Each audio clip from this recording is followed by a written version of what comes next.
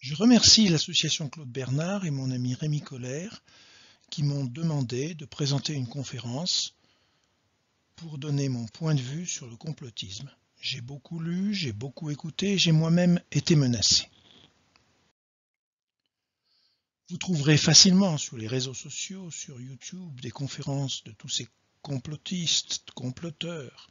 Par exemple ici Jean-Jacques Crèvecoeur qui vous explique que dans la tête on a un Wi-Fi pour commander les organes avec une espèce d'arrogance qui est le fruit de son ignorance. Tout ceci est très ancien. Les publicités sur le vin, vous en avez certaines ici, vous montraient déjà qu'en buvant du vin, vous aviez une meilleure espérance de vie. Ici à droite, l'espérance de vie est de 53 ans pour un buveur d'eau et de 63 ans pour un buveur de vin. Donc, rien de nouveau. En ayant beaucoup lu, j'ai essayé de structurer mon propos en 7 points que nous allons parcourir ensemble. D'abord, pour me présenter, j'ai un esprit rationnel et j'ai une expérience qui, dans le domaine du complotisme, est plutôt récente. Ce qui s'est passé avec la pandémie Covid, c'est que je me suis exprimé dans des médias sur l'absence de preuves concernant l'hydroxychloroquine. Je suis aussi présent sur les réseaux sociaux et tout ceci m'a valu beaucoup d'ennuis. Jusqu'au 22 août 2021, où ma photo était dans France Soir avec 9 autres collègues, que vous connaissez peut-être, et l'article se terminait par un procès de Rastenir, la veuve s'impatiente. Tout a été dit. En gros, l'article expliquait que notre petit groupe de 10 personnes devait être soumis à la guillotine. C'était dans France Soir. J'ai appris à cette occasion les trolls, le doxing, le trolling, les raids, tout un environnement autour des réseaux sociaux. Mais France Soir n'est pas connu. En fait, si c'est un nom qui a eu une notoriété, ce blog aujourd'hui complotiste qui s'appelle France Soir n'est pas beaucoup lu. Mais M. Didier Raoult a tweeté à 840 000 personnes qui eux-mêmes ont tweeté à des milliers d'autres personnes cet article sur France Soir. Et c'est là que nos ennuis ont commencé. L'article était écrit par un collègue de M. Raoult qui signait anonymement. Mon esprit rationnel a commencé en fait par l'achat d'un livre sur interpréter la littérature médicale en 1982 aux États-Unis. Et ce livre expliquait les problèmes rencontrés dans la littérature médicale, donc rien de nouveau. J'ai ensuite participé au développement de ce qui s'appelle la médecine factuelle. Et dans les années 90, où je gérais des groupes pour essayer d'avoir des consensus, c'était toujours difficile parce que vous aviez des maîtres qui assénaient des vérités et qui ne voulaient pas être confrontés aux données de la science, voire aux données de la littérature, par exemple sur le thème des lombalgies. En 1990, des présidents de sociétés savantes ou d'autres éminents rhumatologues expliquaient qu'il fallait rester allongé quand on avait mal au dos. Alors que la littérature, 15 ans auparavant, avait montré que c'était plutôt délétère et qu'il fallait bouger. Alors aujourd'hui, en 2022, tout a changé. Vous allez sur le site de l'assurance maladie et vous trouvez des messages de ce type. Le bon traitement, c'est le mouvement. Il a fallu 30 ou 40 ans pour changer certains dogmes, voire les abandonner. Nous étions sous la coupe d'un paternalisme où on ne comprenait pas bien comment interpréter les données probantes. Cette expérience et cet esprit rationnel m'ont amené à m'exprimer, comme je l'ai dit, sur l'hydroxychloroquine dans la Covid, mais il n'y a aucun argument pharmacologique, ça a été expliqué dès le début. Aucune donnée fiable chez l'animal, encore que des essais ont été faits a posteriori et ont montré que ça ne marchait pas. L'hydroxychloroquine n'avait pas marché contre d'autres coronavirus, contre Ebola, chikungunya, MERS. Et il n'y avait aucune étude méthodologiquement correcte. Donc aucun argument pour prescrire l'hydroxychloroquine. Mais dire ça à des médias, c'est un message inaudible, car ces médias cherchent des solutions et un sauveur. Donc c'est ce décalage entre les données probantes et les messages attendus qui amène à un certain complotisme. La base du raisonnement que, avec d'autres, j'enseigne, c'est différencier opinion et fait. Même pour des étudiants de médecine, c'est parfois difficile. Il fait 17 degrés est un fait. Il fait froid, c'est une opinion. Il y a aussi des émotions. Mais un fait ne se discute pas, une opinion se discute. Et c'est là qu'il y a des incompréhensions. Le fait s'impose à nous tous, il ne faut pas le discuter. Rien de nouveau. Il y a beaucoup de messages vis-à-vis du grand public, comme pour les professionnels, expliquant qu'il faut distinguer croyance et connaissance, un excellent livre d'Alfredo Morabia en 2011 chez Odile Jacob. Avec Rémi Colère, nous avons publié un certain nombre d'articles, notamment dans Science et Pseudosciences, pour expliquer cette différence entre opinion et fait, croyance et connaissance. Comme je l'ai déjà dit, c'est un phénomène ancien. Allez juste sur Wikipédia, cherchez les théories du complot. Et ce livre américain post-truth, c'est de 2004, donc rien de nouveau. L'opium des imbéciles aussi explique tout ça. Que ce soit la mort de Lady Diana, que ce soit Kennedy, que ce soit les hommes qui ne seraient jamais allés sur la Lune, les platistes pour la Terre est plate, vous avez tout un ensemble de complots qui se propagent et qui continuent. Le protocole des sages de Sion, les chemtrails, vous savez, ces avions qui émettent un certain nombre de produits chimiques.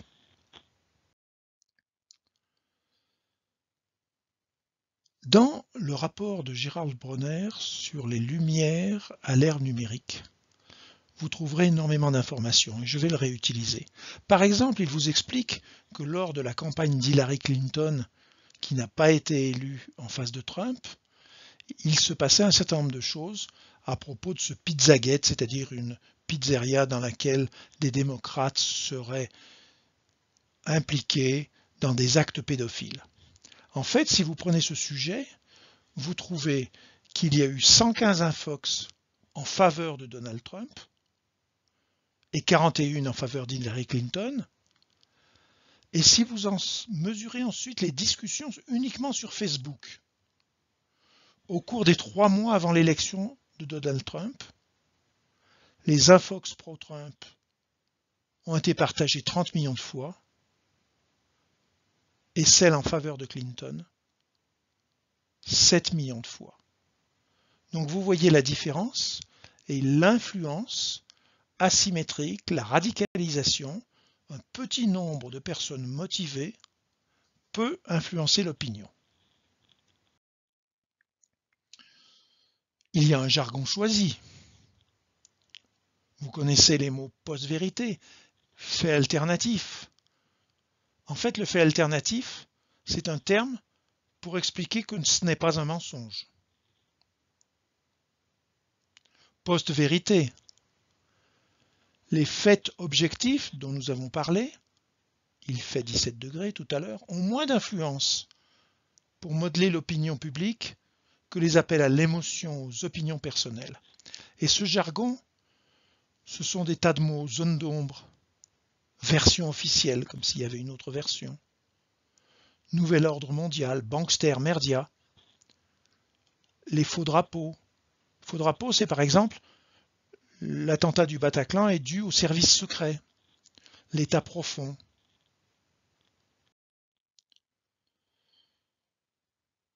Comment passe-t-on de fake news à complotisme? Je vous incite à lire le livre apocalypse cognitive qui paraît peut-être difficile mais qui se lit facilement.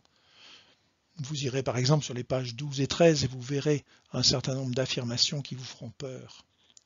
Si vous allez sur d'autres ouvrages, et là il y en a d'autres, et je prends par exemple Voyage en terre complotiste, on vous explique que des sondages IFOP avant la pandémie, 20% des Français sont largement perméables aux idées complotistes et 30% quelquefois perméables. C'est-à-dire que 50% d'entre nous peuvent être perméables à ces idées complotistes. Il y a plusieurs sondages là-dessus, c'est une donnée assez forte. La Fondation Jean Jaurès constate qu'entre 2000 et 2020, les croyants à l'astrologie ont augmenté, à la sorcellerie ont augmenté, à la voyance ont augmenté. Donc c'est un phénomène progressivement en augmentation.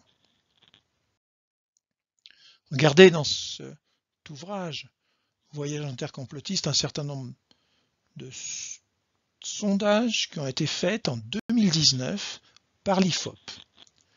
Et vous aurez le pourcentage de gens qui sont d'accord avec ces affirmations. 43% sont d'accord avec le fait que le ministère de la Santé est de mèche avec l'industrie pharmaceutique pour cacher au grand public la réalité sur la nocivité des vaccins.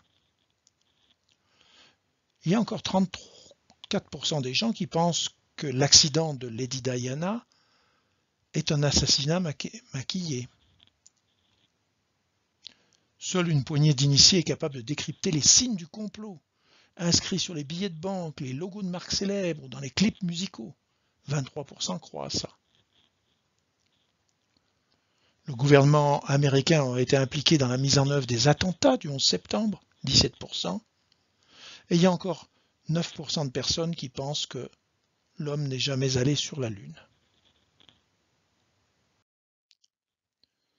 Reprise aussi des données de la Fondation Jean Jaurès, Conspiracy Watch de 2019. Sur la question, l'immigration est organisée délibérément par nos élites politiques, intellectuelles et médiatiques, pour aboutir à terme au remplacement de la population européenne par une population immigrée. Et si on demande à des gens ce qu'ils pensent de cette affirmation, il a été classé les réponses, et nous regardez par exemple que d'accord, puisque 25% des gens sont d'accord avec cette affirmation. Dans ceux qui sont d'accord, vous verrez qu'en fonction de l'appartenance politique, gauche, centre ou droite, il y a des réponses relativement différentes. Le centre est le moins sensible au complotisme, les extrêmes l'étant un peu plus, et vous avez les Républicains 31%, Debout la France 47% et Rassemblement National 57%. Donc l'extrême droite est plus sensible au complotisme.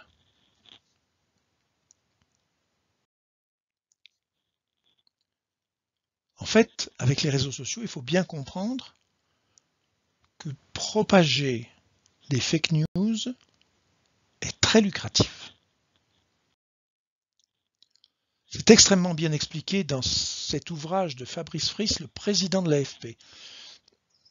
C'est celui que je vous conseille d'acheter, L'emprise du faux. Il y a un certain nombre de parties et c'est très posé.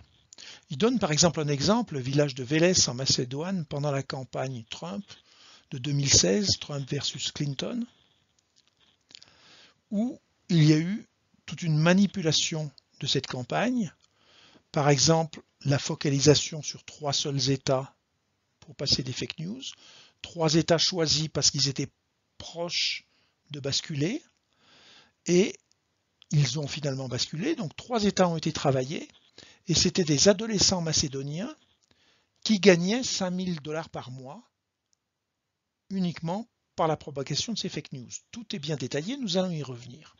Donc comprenons bien que la désinformation est un métier à temps plein pour quelques-uns. Tout ceci, c'est bien expliqué dans le rapport Bronner, dans le chapitre 3, dont je vous reprends certaines parties. il faut comprendre ce qu'est maintenant la publicité programmatique qui apporte des revenus à la désinformation. L'annonceur aujourd'hui n'achète plus une page dans un média. L'annonceur n'achète plus une page dans un magazine en espérant que les lecteurs la verront, mais il va acheter de la visibilité auprès d'un public.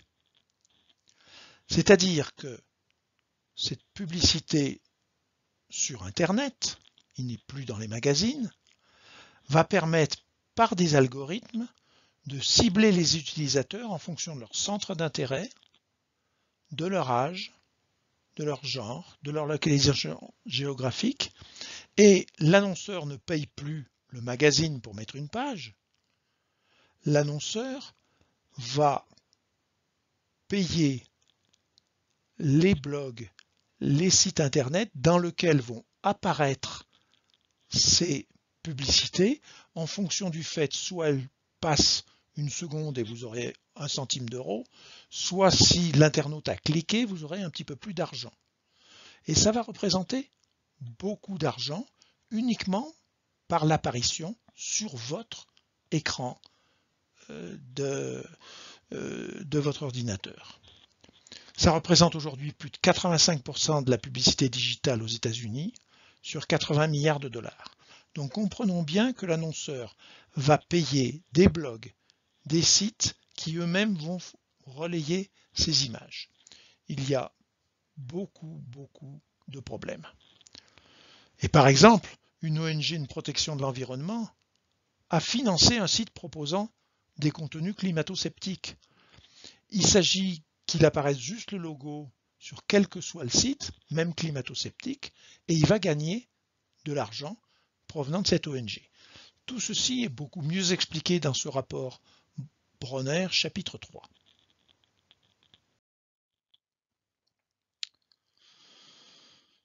Il faut être rationnel pour lutter contre tout ça. Un excellent livre extrêmement complexe, traduit en français, vous explique la rationalité, l'esprit critique, la raison, la logique, qu'est-ce que sont les données incertaines, la corrélation, la causalité. On pourrait aussi parler du prix Nobel Kahneman, qui explique que nous avons tous un système 1 versus un système 2, un système 1 basé sur les émotions qui nous fait réagir vite, et un système 2 qui nous fera répondre demain à quelque chose qui nous énerve et qui sera plus rationnel.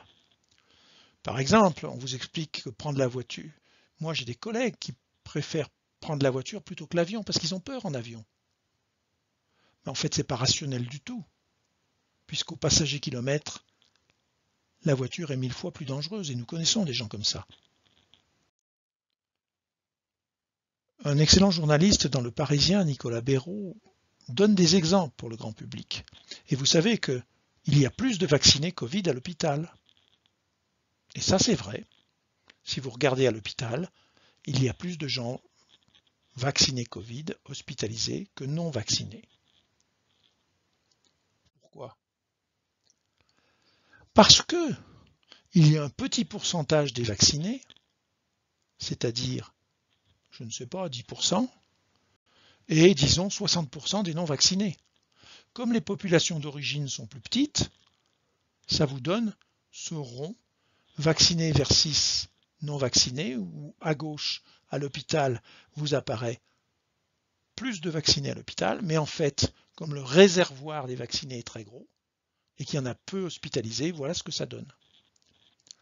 Il l'explique par d'autres iconographies, qui demandent un petit temps, et vous pourrez aller les rechercher. Par exemple, si nous avons 9 millions de vaccinés et 1 million de non-vaccinés, le risque d'hospitalisation est très inférieur, 10 fois inférieur, chez les vaccinés que chez les non-vaccinés, qui sont plus hospitalisés en proportion. Et si vous calculez là-dessus, à partir de cet échantillon de départ, vous aurez 9 personnes hospitalisées chez les vaccinés et 10 chez les non-vaccinés. Donc si vous voulez, 19 personnes seront hospitalisées, dont 9 vaccinés, pratiquement la moitié, alors que les populations ne sont pas les mêmes. C'est faire appel à la rationalité pour comprendre ça. La rationalité, c'est pas si simple que ça. Par exemple, le smartphone et sa housse coûtent 110 €. Le téléphone lui-même coûte 100 € de plus que la housse. Combien coûte la housse? Remarquez, c'est simple, 5 €. 5 € plus 100 font que le téléphone coûte 105 €, plus la housse de 5 €, 110 €. Dans un champ, il y a une parcelle de mauvaises herbes. Chaque jour, la parcelle double de taille. Il faut 30 jours pour que la parcelle recouvre tout le champ. Combien de temps a-t-il fallu pour que la parcelle couvre la moitié du champ? Prenons un petit temps pour réfléchir. Puisque ça double, la veille, il y en avait la moitié. Donc, à 29 jours, il y en avait la moitié. Et totalement 30 jours. Donc, il faut bien 29 jours pour que la parcelle couvre la moitié du champ. Tout ceci, c'est de la rationalité. On pourrait prendre des exemples à foison. Et attention, corrélation n'est pas causalité. Corrélation, c'est-à-dire deux faits qui sont produits au même moment. On peut avoir un bureau de tabac et la syphilis. C'est pas parce qu'on a un bureau de tabac qu'on attrape la syphilis. Et la causalité, c'est qu'il y a un lien entre ces deux éléments. Par exemple, vous prenez dans une revue qui s'appelle le New England Journal of Medicine un exemple de ça, entre la consommation de chocolat et les prix Nobel. Vous avez le nombre de prix Nobel par 10 millions d'habitants et la consommation de chocolat en kilos. Et vous montrez facilement que c'est en Suisse que vous avez le plus de prix Nobel pour 10 millions d'habitants en fonction de la consommation du chocolat. Donc, est-ce que consommer du chocolat permet d'avoir plus de prix Nobel? Bien sûr que non. Il y a une corrélation, mais la causalité n'est pas démontrée. C'est toute une technique pour démontrer la causalité. Vous voyez, c'est difficile de lutter contre tout ça. C'est encore dans cet ouvrage de Fabrice Friess que nous trouverons un certain nombre d'éléments qu'il appelle lui de riposte, comment faire pour lutter contre le complotisme. Alors il faudrait avoir la fin du déni des plateformes, et M. Zuckerberg avance un petit peu, puisque quand on regarde ses prises de position sur 10 ans, il commence actuellement à admettre le rôle néfaste des réseaux sociaux. Il faudrait, et ça, est-ce que les gouvernements pourront le faire, ouvrir la boîte noire des algorithmes. Il faudrait comprendre ces algorithmes, mais ce sont des algorithmes des sociétés privées sur lesquels il n'y a pas de recherche externe publique. Il faudrait comprendre ce qui se passe pour, à la rigueur, démonétiser la désinformation. Parce que les réseaux sociaux, c'est énorme ce qu'on voit. Google, c'est 80 000 recherches à la seconde. YouTube, c'est 500 heures de vidéos chargées par minute. Imaginez combien d'heures viennent d'être chargées depuis le début de cet exposé. Facebook a énormément d'employés et tous les réseaux sociaux pour vérifier les contenus. Imaginez ces jeunes qui sont aux Philippines ou dans d'autres pays, très peu payés, passent leur journée à voir des têtes décapitées, de la pédophilie pour essayer d'enlever ces vidéos. Ils font eux-mêmes des troubles psychiatriques. C'est tout un monde pour lutter contre la désinformation. Et malgré ça, ils n'y arrivent pas. Facebook, Twitter enlèvent des millions d'informations tous les jours. Est-ce que le régulateur pourra un jour dire que les hébergeurs, les réseaux sociaux, auront une qualité d'éditeur, c'est-à-dire deviendraient responsables du contenu? Très difficile de légiférer, et vous tombez en face d'arguments comme la liberté d'expression. Est-ce que l'information de qualité est un produit de luxe? A-t-on encore de bons journalistes? De journalistes capables de vérifier les faits? Le nombre de journalistes est en baisse dans tous les pays du monde et remplacé petit à petit par ces réseaux sociaux qui propagent le complotisme. Vous voyez ici les chiffres aux États-Unis, je n'ai pas ceux de France, mais ça baisse de partout. Alors vous connaissez toutes ces émissions de fast-checking, le vrai du faux, les décrypteurs, que ce soit en France et ici au Québec sur un certain nombre de sites. Est-ce que vous passez votre temps à regarder ces émissions? Moi je regarde de temps en temps, mais je me lasse. William Udurow est un journaliste du Monde qui, pendant une longue période, a pris au téléphone régulièrement des complotistes pour parler avec eux. Et son livre est éclairant sur le comportement des complotistes. Il a un certain nombre d'exemples qui font froid dans le dos. Il en conclut 6 règles de l'échange. Ne vous attendez jamais à renverser des croyances d'un complotiste. Vous n'y arriverez pas. Il ne faut pas de confrontation et il faut essayer d'avoir un dialogue apaisé. N'allez pas à la confrontation. Il faut, avec du temps, cartographier les théories pour voir l'intensité des croyances. Certaines sont plus fortes, d'autres moins fortes. Et essayer petit à petit, il a dialogué longtemps, il avait des coups de téléphone réguliers, et trouver un terrain d'entente sur quelques dysfonctionnements. Faire du parallèle avec d'anciennes théories et rester réaliste. Instiller un tout petit peu de doute est déjà une belle avancée, vous ne renverserez pas des croyances. Dans cet ouvrage aussi, il y a 3 conseils. Ne pas argumenter, ne pas contredire ou débattre. Vous êtes en face de quelqu'un d'irrationnel. Jamais assez d'arguments. Plus vous allez vous opposer, plus la personne va se refermer et il n'y aura plus de dialogue. Posez des questions. Essayez d'interroger sur la source de l'information. Demandez à la personne d'où vient cette information. Questionnez la qualité de la source. Poussez votre interlocuteur sur sa pseudo-argumentation. C'est à lui de découvrir les absurdités ou les failles. Et essayez de toujours garder le contact. Il faut garder une interaction humaine. Il faut permettre l'échange pour peut-être un jour avoir une chance de rattraper une personnalité qui bascule. Ces conseils sont similaires à ceux de Fabrice Friss dans le précédent ouvrage.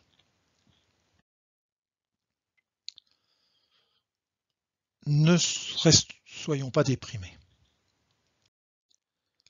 Et le rapport Bronner encore, que je vous conseille vraiment de lire, a un chapitre consacré à la culture de l'esprit critique. Je ne vous le détaillerai pas, ce qu'est l'esprit critique, cette capacité à évaluer correctement les contenus, les sources, des informations pour mieux juger, mieux raisonner. C'est une capacité à faire confiance à des opinions, à des connaissances à notre disposition, y compris les nôtres. Mais restons positifs, il commence à se passer des choses au niveau de la formation des adolescents, des collèges, des lycées. Et depuis 2013, c'est même inscrit dans une loi d'orientation. C'est l'éducation aux médias et à l'information. J'ai dialogué avec des proviseurs de lycée et il commence à se passer des choses. C'est au niveau de la formation qu'il faut apprendre à distinguer faits et opinions. Le commentaire est libre, les faits sont sacrés. Ça prendra beaucoup de temps. Je terminerai par cette opposition de ces mots de croyance et de connaissance avec tout un jargon du côté des croyances, et nous avons surtout parlé des fake news ou des infox, du complotisme, de la vérité alternative, de la post-vérité. En face, il y a la rationalité, l'esprit critique, la raison, mais aussi le doute et les données incertaines, et ne pas confondre corrélation et causalité. Nous sommes en danger. Certains veulent la fin de la magistrature des faits. Nous l'avons vu, le fait, l'opinion et l'émotion. Le commentaire est libre, les faits sont sacrés. Vous avez vu, Trump a lancé avec difficulté son réseau qu'il appelle réseau vérité. Poutine, ce n'est pas une guerre quand il évoque l'Ukraine. La question de fond, est-ce que les démocraties sont fragilisées par l'arrivée de ce complotisme? Et il y a un certain nombre de littératures là-dessus, et je vous engage à aller sur le site The Conversation, qui explique comment Donald Trump et Vladimir Poutine dévoient le concept de vérité. Les démocraties sont fragilisées. Je terminerai en revenant sur Claude Bernard. Dans le domaine de la science et de la médecine, le savant doit toujours jouer vis-à-vis de lui-même le rôle d'une critique sévère. Toutes les fois qu'il avance une opinion ou qu'il émet une théorie, il doit être le premier à chercher à les contrôler par la critique, à les asseoir sur des faits bien observés et exactement déterminés. Les médecins qui raisonnent selon leur intuition nient la science et favorisent l'ignorance et le charlatanisme. Ça date de 1865. Merci pour avoir écouté. Bien sûr, il y a plein de livres et je terminerai uniquement en lisant cette citation d'Umberto Eco. Les réseaux sociaux ont donné le droit à la parole à des légions d'imbéciles qui avant ne parlaient qu'au bar et ne causaient aucun tort à la collectivité. On les faisait taire tout de suite. Aujourd'hui, ils ont le même droit de parole qu'un prix Nobel. Je vous remercie.